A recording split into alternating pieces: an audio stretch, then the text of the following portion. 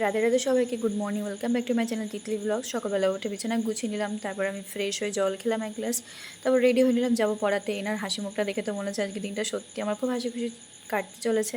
তো টাটা বলে চলে গেলাম। এই সবুজ গাছপালাগুলো দেখতে দেখতে হাঁটতে হাঁটতে চলে গেলাম স্টুডেন্টের বাড়ি। দেখি সে পড়াশোনা করছে, বই খাতা নিয়ে পড়িয়ে বেরিয়ে আসলাম। বাইরে দেখি আকাশে প্রচণ্ড মেঘ করেছে, আবার এদিকে রোদও আছে। তো একটাই কাঠগোলাপ অনেক খুঁজে খুঁজে পেয়েছি, তো ঘোরাতে ঘোরাতে চলে আসলাম বাড়ি। এসে দেখি মুখে কী বিচ্ছিরি অবস্থা, স্নান না করলে হবেই না। ফাইনালি স্নান করে চলে আসলাম, তো এবার একটু ফ্রেশ লাগছে। তারপর ভাইরা সবাই মিলে খেলাম আমরা ডিম টোস্ট আর চা। এখানে বসে ভাই বোনরা সবাই মিলে আড্ডা দিচ্ছিলাম। আমার ভাই তো চলে গেলো উঠে, ওর ফেস দেখাবে না, আমি ফেস রিভিল করাবো না।